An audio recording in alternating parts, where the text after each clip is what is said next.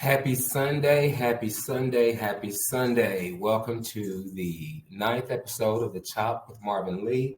And I know that this is not the normal day that I come to you guys. I normally record Monday nights, 8:30 Eastern. But today is a special day for me.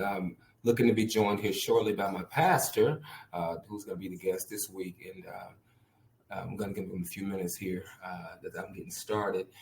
I hope everybody's been having a good week. Last week, I honestly wasn't feeling well. I don't know what it was. So I laid down and went to sleep, actually. So my apologies that I wasn't able to come to you guys on last Monday night at 8:30. But again, today is a special session. And tomorrow night, I'm actually going to be doing a YouTube live with a friend from Grenada. We're going to be discussing manifestations, spirituality, different things of that nature. I'm not going to be using this platform. I'm going to be using my using her YouTube platform, but I'll link my YouTube channel because again, we'll both appear at the same time, so you guys will still be able to see me tomorrow night, and I'm going to post that also on my Facebook page, my IG, and all that tomorrow. I'm looking forward to that. And I just found out that she's actually a fellow addict in recovery with, I think, 27 years clean as of tomorrow, the 17th, Tuesday. So again, I'm gonna wait just a little bit, give my pastor some, give my pastor some additional time to come on, and we're just gonna have a great time, and it's just gonna be amazing. But again, I hope that you guys are doing well. I hope that you guys are taking advantage of all the love and the light that the universe has opened to you. Because there's this. I'm sorry. I'm in the process of, a couple of people have been hitting me up asking me about the podcast today. And as you can see, I'm still kind of, let me center myself. Let me get grounded because I want to make sure that I bring to you guys the best that I have. Because again, in this platform, I don't take lightly that this is a part of my purpose. I may start small, but I won't stay small. But I don't take lightly the responsibility that I have for conveying hope to you, for conveying inspiration, for conveying encouragement and motivation, whatever it is that you need. I want to be able to be a constant source of that, because somebody's been that for me. I've been through a lot of things, and especially over this past year, it seems like there's been a lot of challenging issues that I faced, but I faced them all. I've stood tall in the midst of adversity, and I've grown closer with the God of my understanding, who I choose to call God. I've gotten more grounded, more centered, more connected. I can feel the universe at work on my behalf. I can feel positive shifts of a spiritual nature occurring for me. And there's something amazing that's happening. And you have to be aware in order to participate, or you have to be present in order to participate, because if you're not aware, you're going to miss out. This shift that is occurring is not one that requires your permission for it to continue to be so. It only requires your participation. So again, be aware, be present, because you will miss out. And I don't want anybody to miss out. Again, I do know for certain that my guest is showing up. I just got a message that he'd be here. Give him a couple of minutes. So, again, I just want you guys to know that I don't care what it is that you may think, see, feel, hear, or know. The universe is speaking. God is speaking. Are we listening? I'm going to say that again. The universe is speaking. God is speaking. Are we listening? And give me just a moment, because one thing that I forgot, when you look your best, look your best, dress your best, you feel your best. So yes, you guys just saw me in the midst of my beautification process. And here is my amazing pastor Here is my amazing pastor, the one, the only, Danny Prada. What's up, Marvin? Let me just start by saying that I miss you very, very much. But you know I'm a warrior. I'm a trooper because I've learned from the best. I'm learning from you. So I know how to persevere. I'm happy How are you? I'm good. I just woke up from a nap, so I'm like totally refreshed. Good. Well, we're going to need that because a little bit of what I want to talk about is I was reading an article about 7 things you can't forget if you want to live in harmony with yourself. And again, I have the honor and the privilege of calling you pastor. And I'm not going to say everything the article said because I want to tap into your spirit and I want you to be able to speak something that the people are going to be able to hear, because we're in the midst of the way I see it, we're in the midst of an amazing shift. There's something happening in the spirit, in the universe. But if we're not aware, if we're not present, we're going to miss out. And I don't want to be one of those people to miss out. And I want to be able to bring to the forefront of everybody's thinking some valuable information, because our choices are only as good as the information we're presented with, right? So again, we're going to talk about 7 things you can't forget if you want to live in harmony with yourself. Now, I'm just going to say a couple of things. I'm going to take them one at a time. I know you know your stuff, and I love to talk, so we're going to try to get through these 7. But the first one, I want to know your take on this. Breathe life into your body, only with love. When you hear that phrase, breathe life into your body, only with love, what is that saying to you? What can you share with the people to help them on their path of enlightenment? Well, I think about how disconnected I was from my body for so long. I think it was because I thought faith for a while was just this intellectual thing, and so it wasn't until maybe the last couple of years of my life that I really started to pay attention to the emotions that I'm holding in my body. It's interesting because I've been in situations now where I'm in conflict with people and I feel like, this tightness in my body.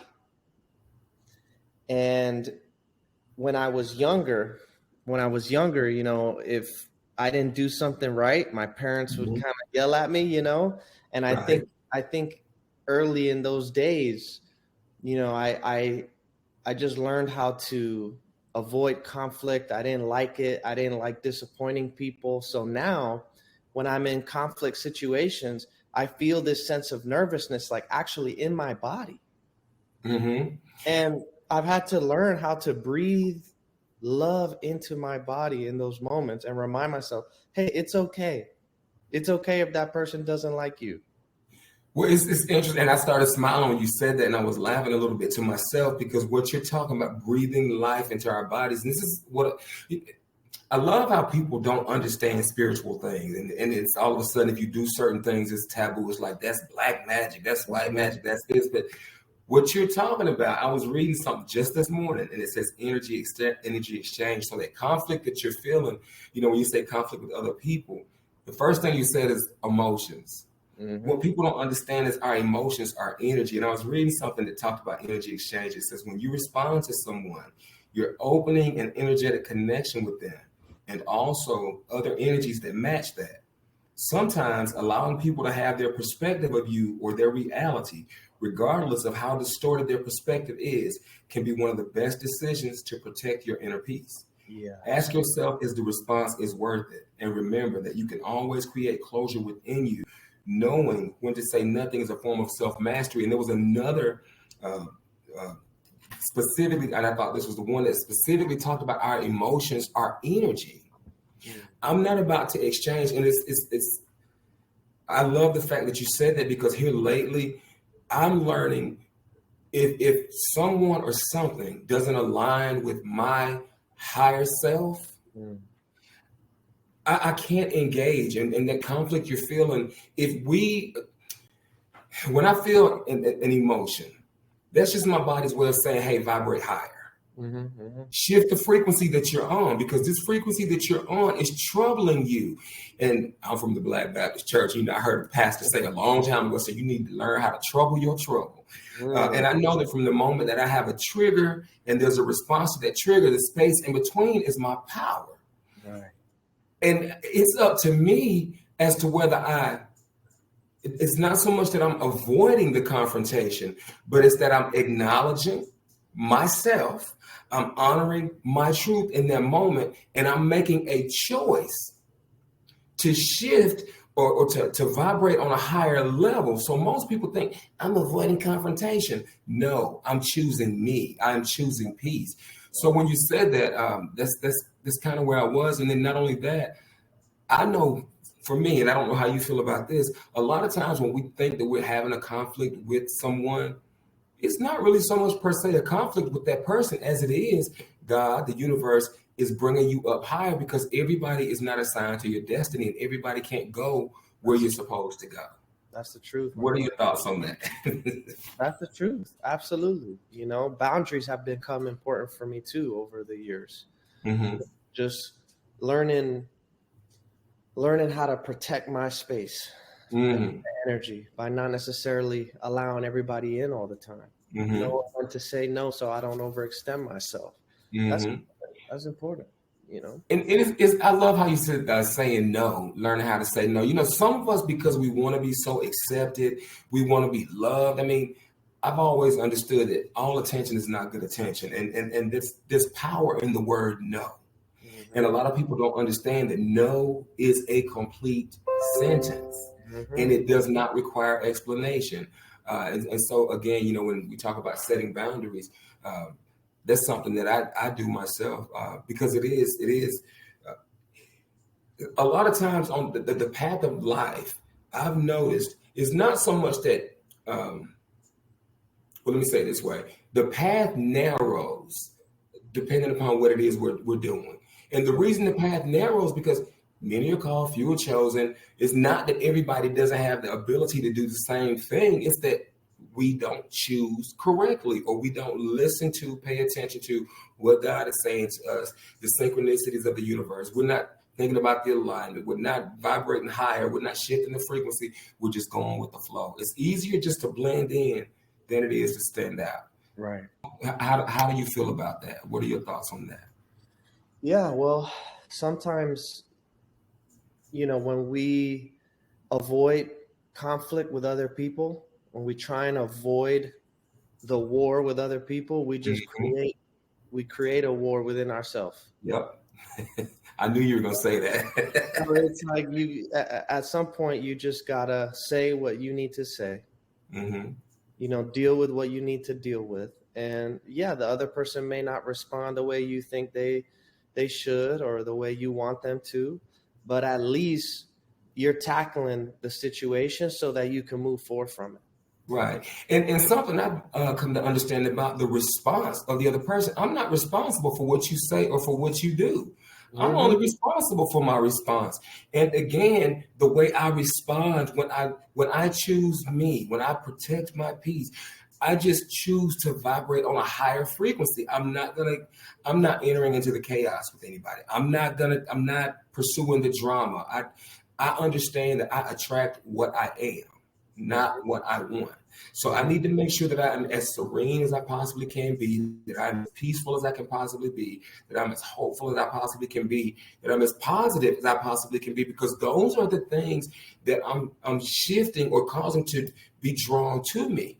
If I'm always constantly thinking about problems, I'm drawing problems to me. So I'm always constantly trying to think about solutions and ways to stay grateful. Because if I'm grateful, everything that is drawn to me, the universe is going to respond to me that way. God is going to respond to me that way. That's what the Bible has a lot to say. And again, I tell people all the time, this is not a religious podcast, but they do understand that I have a religious upbringing. Right. But even God himself talks about murmuring and complaining because he understands the power, the energy that's in our words, the thing that I want to be drawn to me.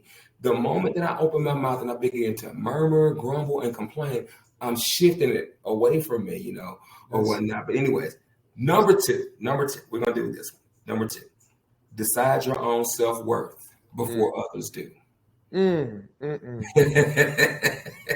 good. Oh, I feel like you're getting ready to give me some Baptist spank now. Listen, that's a big one. Self-worth is something that is inherent to our very being.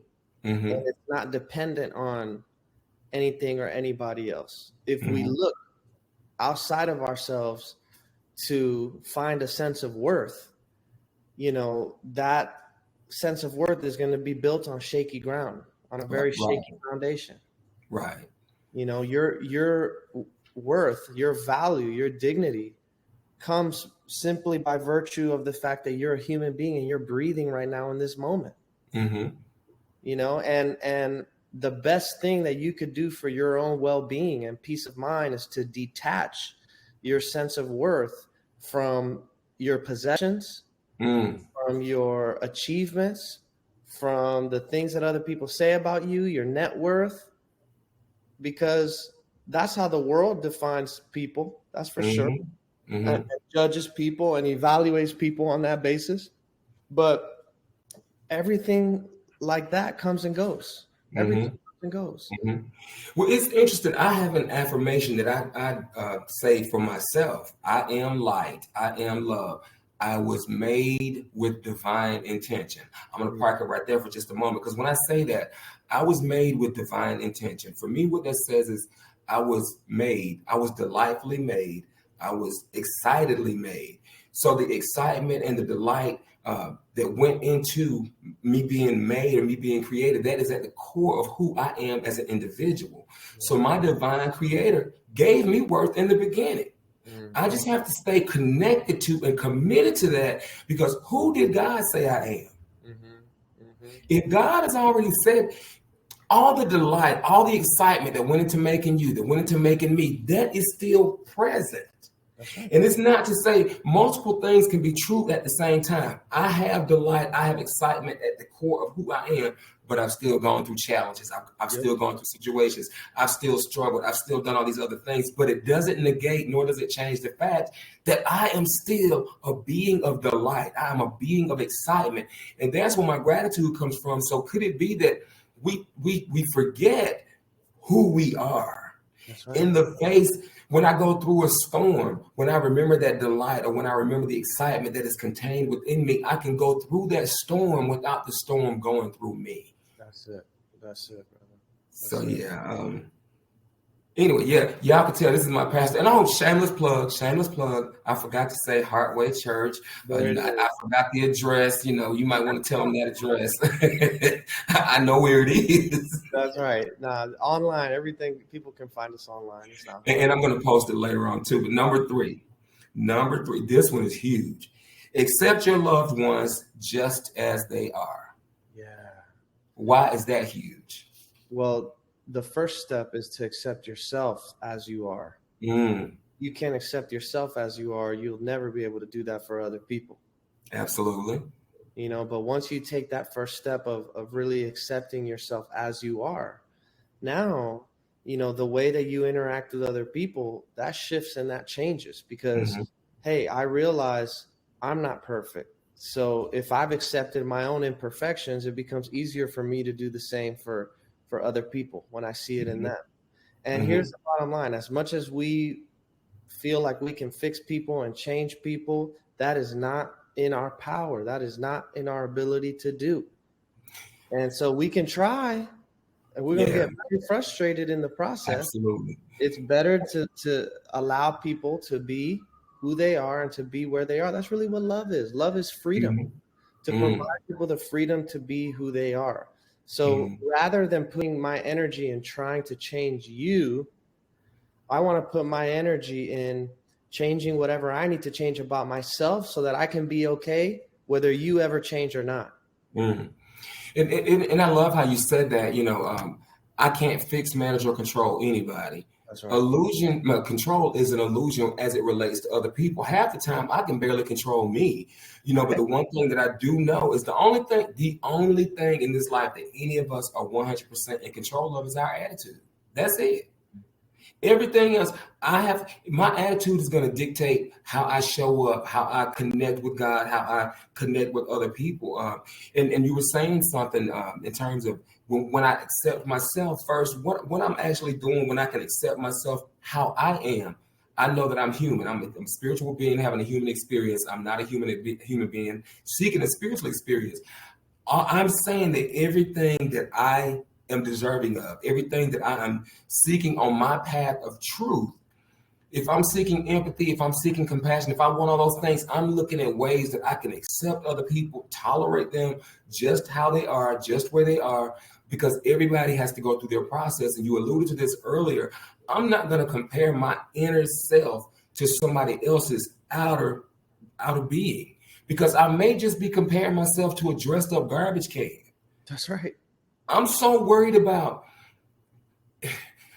you could be a pig with lipstick. I don't know. I don't know. I don't know what it takes for you to maintain what you have, but I know what I need in order to stay in what I am seeking God for. And you were speaking, and I heard the serenity prayer. God, grant me the serenity to accept the things, the people, the places that I can't change, the courage to change the things, the people, the places that I can, and the wisdom, which is the principal thing, the wisdom to know the difference, because I don't want to be frustrated. And when I'm trying to control somebody else, again, what I'm actually doing is I'm trying to manipulate their process. I'm trying to play God in their lives. And the first thing that I know about power is I have none as it relates to another person. I can't do that. Mm-hmm. I need to make mistakes. They need to make mistakes, because it's in the mistake that when the lesson is presented, if I make a mistake, there's going to be some wisdom gained as a result of learning from this. So if I go back, if I try to navigate somebody else's process, I'm trying to inject into them a level of wisdom as I see it. I'm trying to play God now. Right. That's right. That's right. So, And it's hopeless. Mm-hmm. It's hopeless. And we always feel like we know what's better for other people than they know for themselves. And sometimes we may actually be able to see something that other people aren't able to see. But it's kind of like Jesus said, you better take care of the speck in your own eye before you try to remove the log in someone else's. and I love that. I just let people be people. You said something in church one day, people be people. But it teaches us how to tolerate things. This is funny, because if I'm in a situation that I feel to be, strange or whatever, I don't ask, why is this happening to me? I've learned. I don't ask anymore, why is this happening to me? I ask myself, what lesson is this teaching me? Yeah. If I spot it, I got it. If there's somebody that I am always being rubbed the wrong way when I'm around them, I need to stop and ask myself, vibrate a little higher. Ask yourself, what is it within you? Because it's not about the other person. It's about me. What is it within myself that is causing me to feel the emotion that I'm feeling? Why? Because if I don't check that feeling, it's eventually going to turn into some thoughts that are going to turn into some behaviors. But I need to identify, where is this coming from? What is unresolved? What is unhealed in my life along these lines? What do I need to unlearn in order to shift and to grow from this point to my next point? That's so good. And people are the best teachers. Mm-hmm. People Absolutely. are the best teachers. Absolutely. So difficult. In the job that I do, because I do get to facilitate groups, so it's like I'm a mini version of you. I love it, man. in a mental health facility, and I love what I do, because I'm not the flesh and bone. No, I'm speaking to the spirit. And one of the things that I always say to the clients, in reference to seeing other people, this is how I show up. I see other people as a mirror, and I see myself as a mirror. I see God in people. People should see God in me. So if I look at you, if I look at if I'm seeing you, I'm looking for those parts of you that look like me. Because God created us all alike. None of us were created different. We're all in his image and in his likeness. So if I can look at you and identify the God part of you, and you can look at me and see the God part of me, there's no more black, there's no more white, there's no more gay, there's no more straight, there's no more this, there's no more that. There's no separation, there's no division. Right. And we can all come together and we can love on each other. You know, it's like, and when I hug somebody or somebody hugs me, it's like I want to convey that energy of God to that person. You know, the oxytocins that we talk about. I don't want people to have to rely on chemical substances in order to escape reality. I want them to feel a warmth that says, you know what, I want this to draw me in. I don't want it to drag me out, you know. I heard a statement a while ago from a Roman Catholic priest. His name's Richard Rohr. And in one of his books, he says, we don't see the world as it is. We see the world as we are. And that really goes in line with what you just said. You know, we see what we are. That's what we're projecting into the world. You know? And the one thing that I want to convey to other people, and especially on this platform, and again, I say it all the time, I may start small, but I won't stay small. The universe hears what I'm saying. God hears what I'm saying. He creates the platform. The gift will make room. But I want people to be able to catch what I'm saying and plant that and hold on to it, water it, nurture it, tend to it. It's going to grow. I want everybody to understand we're 1,000 times bigger on the inside than we're on the outside anyways. And the things we make, I've learned to make the main thing, but we're making the petty thing the main thing. Yeah. We're making the petty thing what's the main thing? The main thing is my spiritual well-being. Right. It's not about tangible feelings. How do I feel inwardly? I want to make the main thing and keep that the main thing, regardless of what anybody else has going on, you know, or not. But that's it. I can stay on that acceptance for a long time, but we're not. We're going to go to number 4. You ready for this one? Yeah. Allow no one to make you feel small, guilty, ashamed, or insecure. Wow. Yeah, stepping into your power, being the fullness of who you are. That's what I hear when I listen to those words. And it takes a lot of courage to truly and fully be who you are. When you are 100% yourself, that will create conflict with other people inevitably.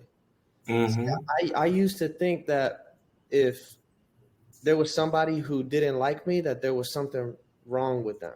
There was something wrong with that. Like, wait, why doesn't that person like me? Why is this person rejecting me? There's something wrong here. Now I think there's something wrong if they don't reject me. Right. Because that means I'm not really authentic. I'm not really living into the fullness of who I am. You know? And it was you said stepping into your power, and my heart smiled when you said that, because and I'm probably going to show this at work to the clients as I facilitate group, because this is what I do. This is how I sow spiritual food to them, right? But I always tell them, if you stand in your power, when you step into your power, you're stepping into your purpose. Right. A lot of times we were created with divine intention. That means I was created on purpose with purpose. Right. And what some of the hopelessness comes from, you know, I tell people all the time, hope is the caterpillar, faith is the butterfly, but we feel hopeless. And a lot of people are afraid to face pain because it's too painful. But the only way to deal with the pain, to heal from the pain, is to deal with the pain, right? So I always say, if you show me your pain, I will show you your purpose. So and the power that I need is the courage to face the pain. Yeah. And as I start to uncover those layers, and as I allow the healing balm to flow, as I allow myself to feel the things that I was once afraid to feel, that authenticity is starting to come to the forefront. I can start to see me, right? Yeah. So now I'm standing in my truth, and that truth, nobody else has to like me, and I don't have to care. Right. As long as I am accepted in the one who created me, that means I'm made with divine intention. If the creator approves of me and is leading me towards my purpose, leading me towards my destiny, and other people are falling away, then I win. Yeah. I win. It's just that simple. We win. You know, and when you play small, eventually your soul's not going to be okay with that. You're going to feel this tug within yourself to step out, to be more, to do more, to step into what you were really created to do. And eventually becomes a matter of just having to do it.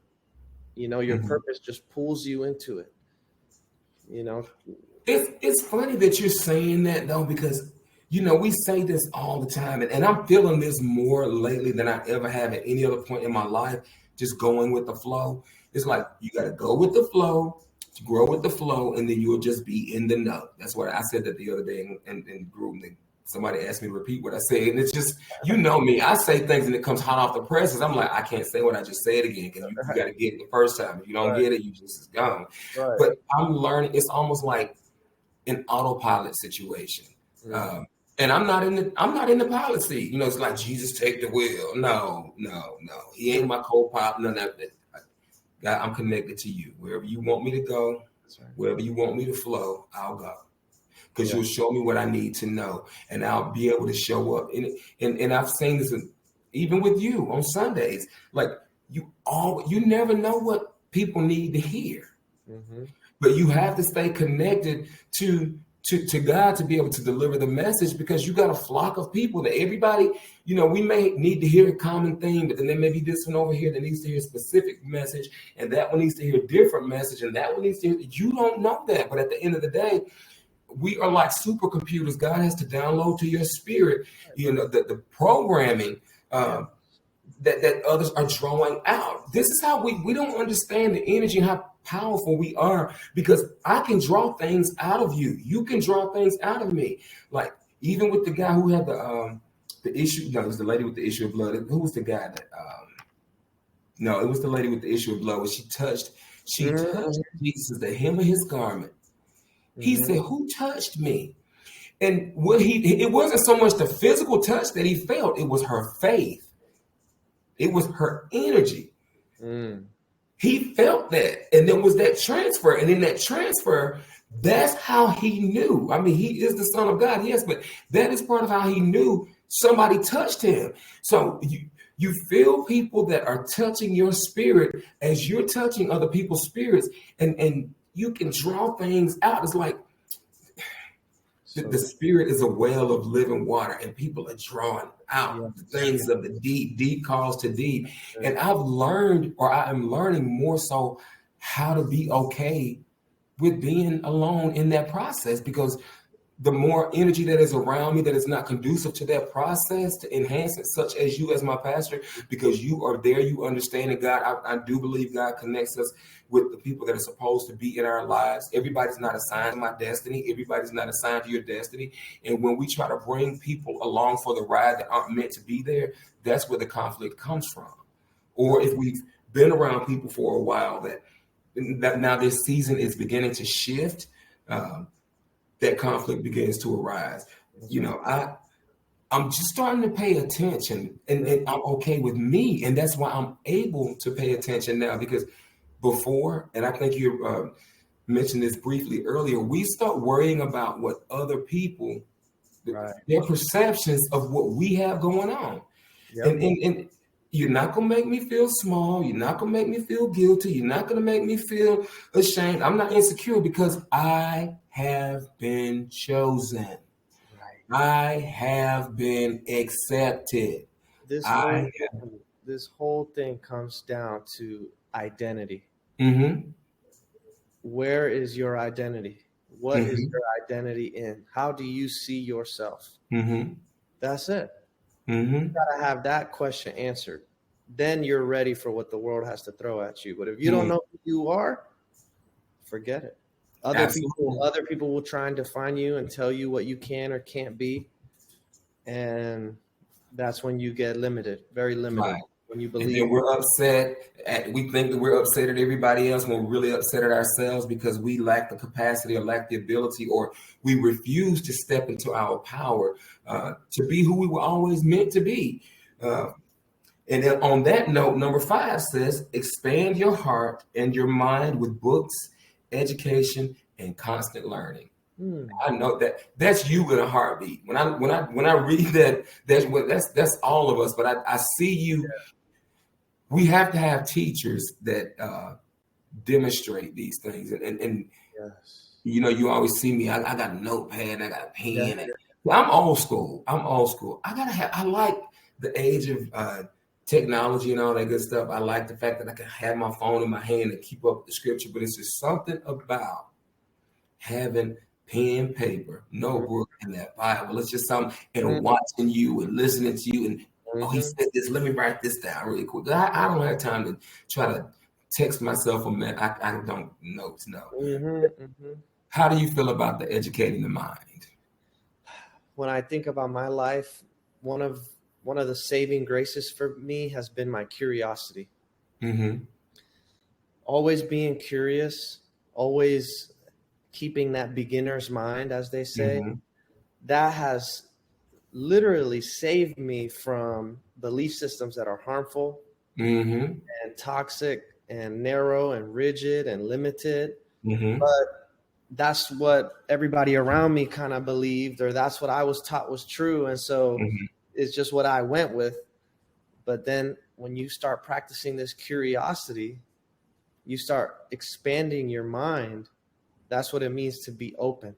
And so now I'm not afraid of information that contradicts what I think is true. In fact, I welcome that. In the past, I used to be so insecure with my belief systems about being right that I didn't even want to hear somebody say anything that wasn't in agreement with what I said. But the mark of an individual who is mature and who is open-minded is that they're willing to have a discussion with people who see things differently. And that's how you learn. That's how you grow. Because not everybody's going to agree with us all the time. Absolutely. So we got to learn how to find harmony with each other, even when there's not agreement. And that's how you learn. And so I encourage people to read books that are outside of their element. Listen to people who can approach things from a different perspective and see what that does for you. I like how you use the word curiosity. And when you said curiosity, because I've always been a curious child, like always. I was always curious, and I've had this imagination, and it's okay to be different. I never embraced difference to the degree to which I embrace it now, because it's in my difference that my uniqueness is apparent.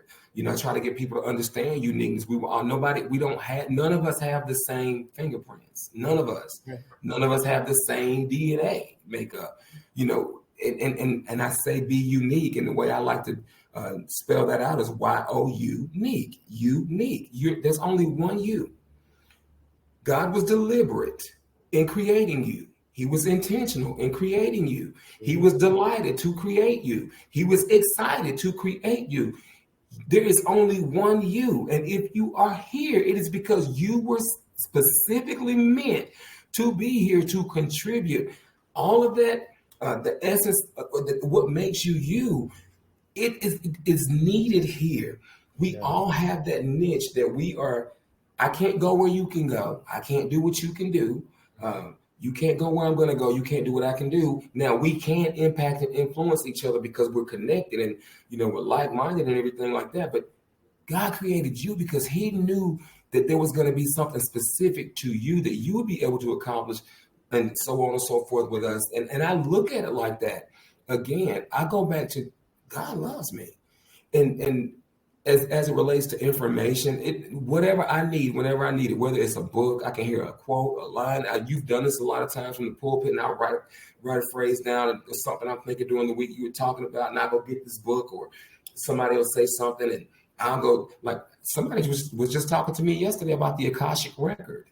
Now, most Christians would not want to talk about the Akashic Record, but you got a curious-minded individual like myself that I want to know about this. And, then we got people that talk about where they talk about the 7 chakras, which is a whole lot more than that, it's quite a bit. But then there are archangels that are assigned to each of the specific chakras. And, it's like, I want to know these things. Like, It's not useless information. There is a wide array of information available to us. Just Now, cannot access it. The universal library. that's right. Now, there is a danger in this Absolutely. one. And the danger is that we get to this point where we think we know it all. Mm-hmm. I have all the answers. I'm the expert. Mm-hmm. You know, I've read all the books. Mm-hmm.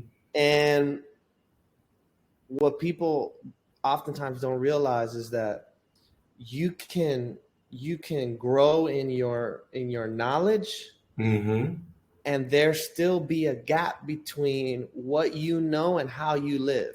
Because anybody, I mean, listen, AI can write me a beautiful sermon or give me a great book. If I ask ChatGPT a question on spirituality, that robot can give me the perfect answer, but it's not alive. You know what I mean? It's not real. So we gotta actually put into practice and implement things that we know and stay. It's crazy. It's funny that you mentioned AI because I don't know why I did this because I'm one of those people. Again, I'm old school. There was an app I saw on IG and it was like meet your soulmate. Like AI is gonna tell you who your soulmate is or whatever. So it asked a couple of questions. So I was like, I'm gonna humor them just for a moment. I'm just gonna try this. And it came back with this whole drawn out crazy thing. They sent a text message, hi, and they had two different names because I did two different things or whatever, but the soulmate is 53 years old, whatever. And I'm from St. Louis, Missouri. And I'm like, okay, your artificial intelligence is just that. Mm-hmm. It's artificial. Right. Artificial means that this is an imitation. You mean to tell me that you are artificial and you can read my tangible, very real spirit that was created in the image of the highest and most supreme of all beings? And you know more than he knows. You telling me something that no. It's just that was crazy. But anyways, I digress. This one right here, number 6. End your pursuit of accumulation and replace it with collection of experience. I love that one too. These are good, man. You got to send me this list. I got you. It's an article. I'll make sure I send it to you.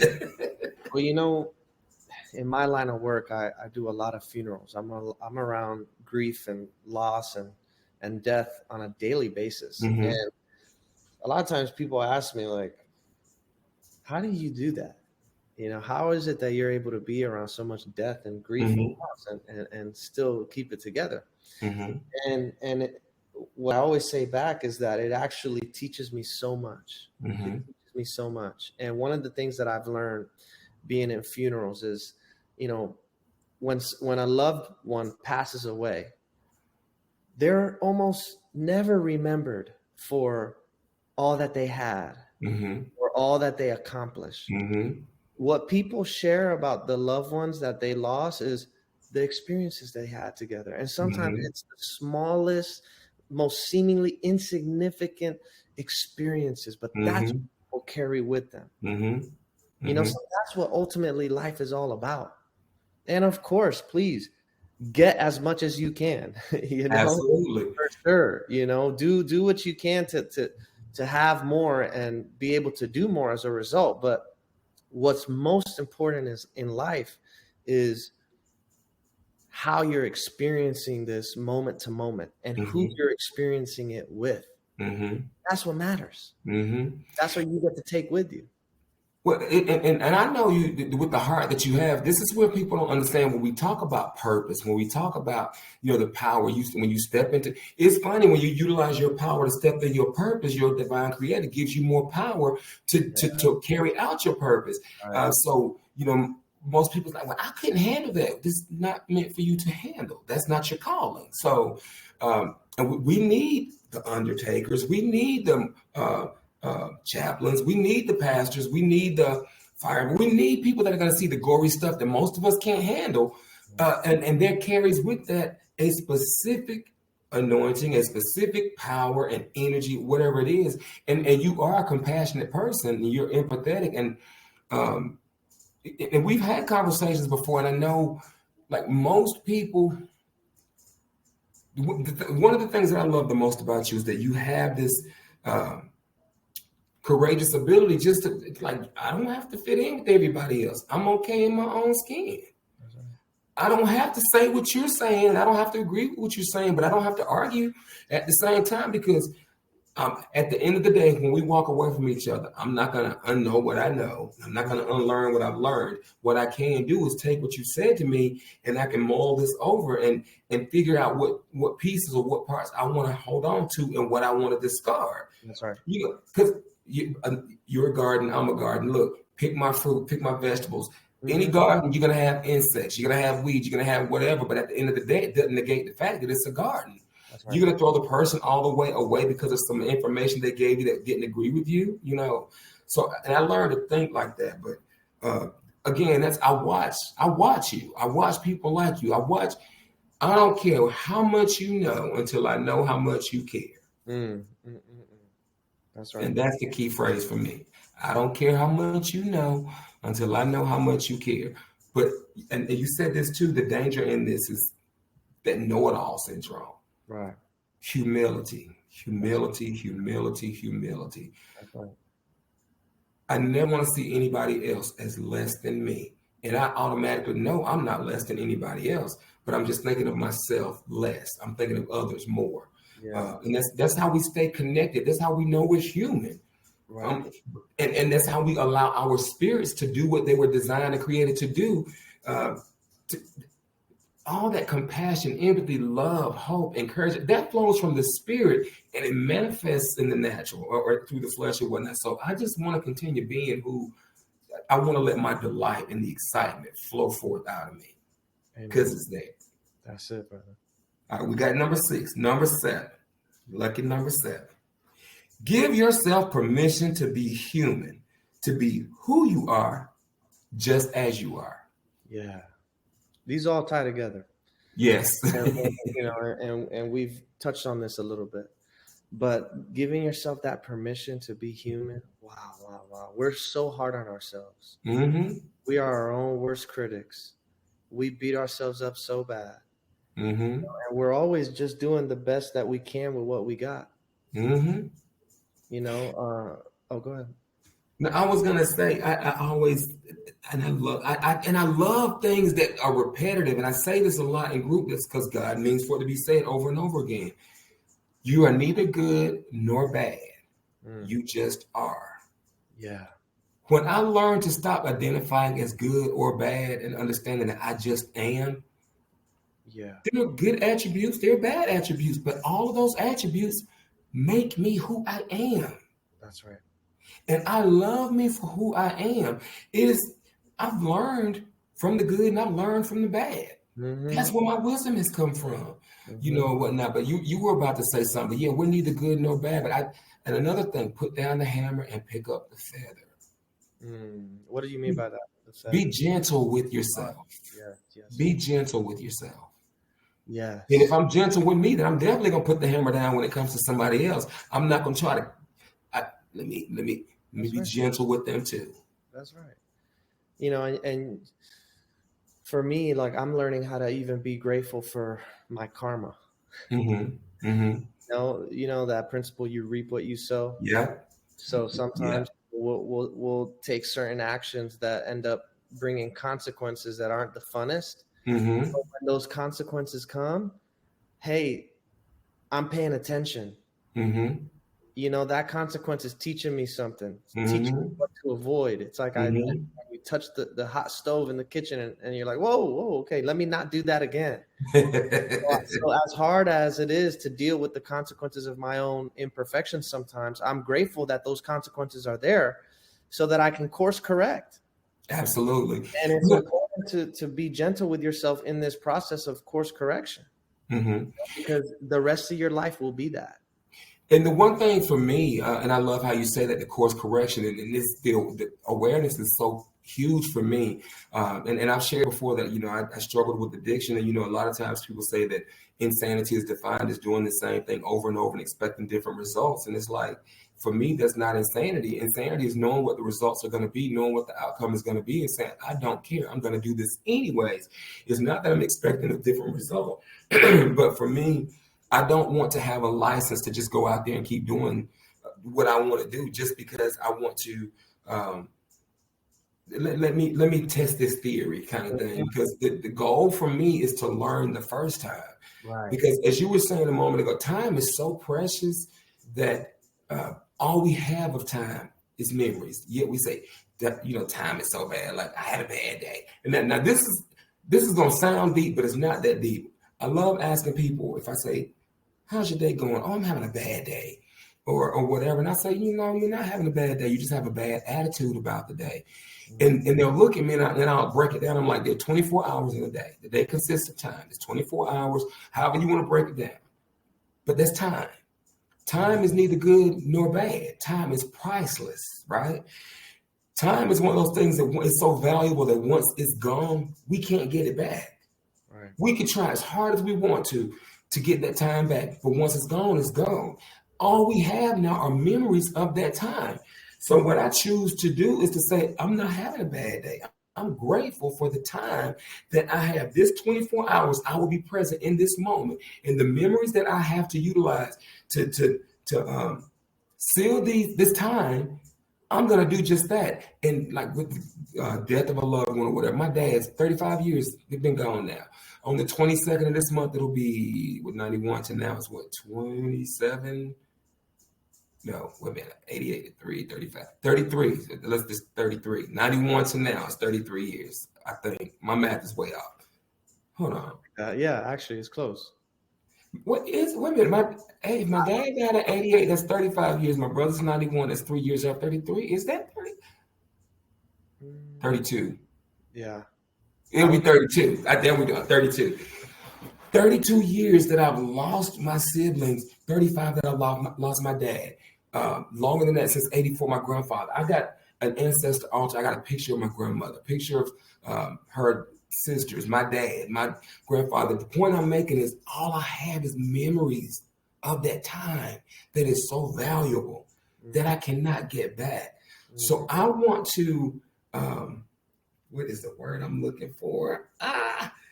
With the time that God is giving me, I want to, I'm not capitalized. There's a word. I want to redeem the time that I have. I want to make my days count. I don't want to count the days. Right. And that just came off the top of my head, even though that's a cliche phrase. But I really want to create memories for other people so that they don't remember me for what I had. Right. I want them to know who I was and what I contributed. Yeah. The one thing I always feared is leaving this earth and not leaving a lasting legacy behind. That's my greatest fear. What is your greatest fear? That's a good question. What's my greatest fear? I can't think of anything other than very surface things like heights or like losing your hair or I knew you got me on that one. You got me on that one, man. Well, fortunately for you, you got good genes, so I don't see your hair going anywhere. Unlike mine, which I have good genes too. But it's crazy because me and my two brothers are the only that I can recall on both sides of the family, because male pattern baldness apparently comes from the mother side of the family. But on both sides of the family, it's me, my older brother, and my younger brother. We are the only men on both sides, the mom side and the dad side, that have bald heads. Wow. So we're chosen. I'm just saying. There's something spiritual. I'm going with the spiritual aspect of it. God meant for me to be bald. I love it. Just like there's a teacher. I just thought about this. There's a teacher by the name of Joseph Campbell. Mm-hmm. He has a statement where he says that the cave you fear to enter holds the treasure that you seek. And so whatever it is that we fear, that's what we gotta move towards. Joseph Campbell. There's a treasure for us there. The cave that you fear to enter holds the treasure that you seek. Okay. And now before you go, I got one for you because there was one, and I forgot to put, there was one that I saw just a minute ago in this article, and which I'm gonna send this to you, and I'll put a link so everybody can get to this too. But there was one thing that I wanted to read on here. Our souls are not hungry for fame, comfort, wealth, or power. Our souls are hungry for meaning, for the sense that we have figured out how to live so that our lives matter. Harold Kushner actually said that. So and that's one thing I like about you is I like hearing the things that other people, I like hearing other people's opinions. And that's all the quotes are, is their opinions about a specific matter. Right. And when you're talking about the curiosity, one thing I love about you is you always remain teachable. You're still a student. No matter how old you get, I'm still a student. I want to remain teachable because I can't teach if I'm not teachable. Right. Even college professors, guess what? Somebody taught them. Oh, yeah.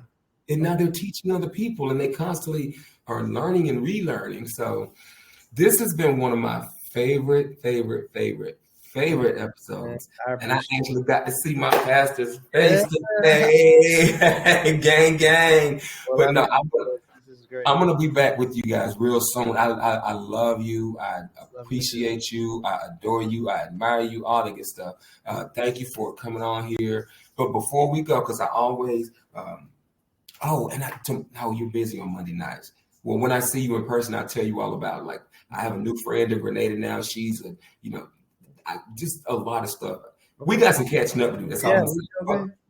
Before we go, I want you to leave the people with some motivation to get them to the next week. Even though I'm going to record an episode tomorrow night, but it won't be on my channel. It'll be somebody else's. But until next Monday night, give them some hope. Give them some inspiration. Let's get the people through the week. What would you say to all the choppers out there in chop land? What would you say to them to get them through this week?